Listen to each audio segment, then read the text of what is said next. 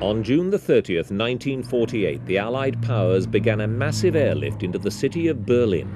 It was their answer to a road and rail blockade set up by the Soviet Union 2 months earlier, and it shook the world by its daring and effectiveness.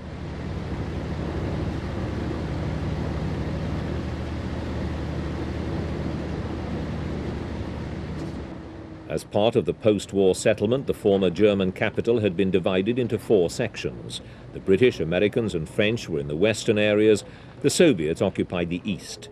But Berlin itself was inside Soviet-occupied territory, which meant that all food supplies and any other kind of material needed to keep life going had to pass through their checkpoints before it could reach the Allied zones.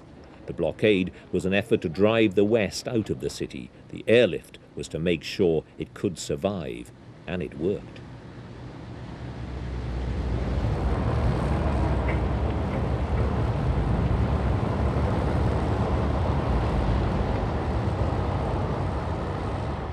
For weeks, workers at the airport had to handle thousands of tons of supplies which were flown into the British sector every day by planes landing every 4 minutes.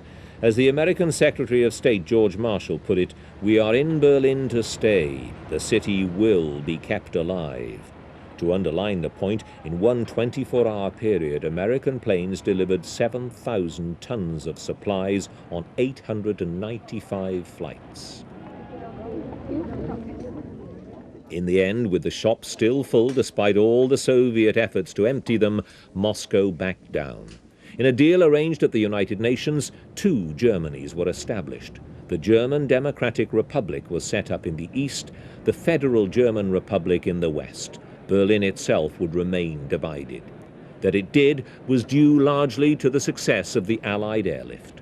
Politicians in the east finally realized that other ways would have to be found to isolate their people from the west, which ended years later with the building of the Berlin Wall.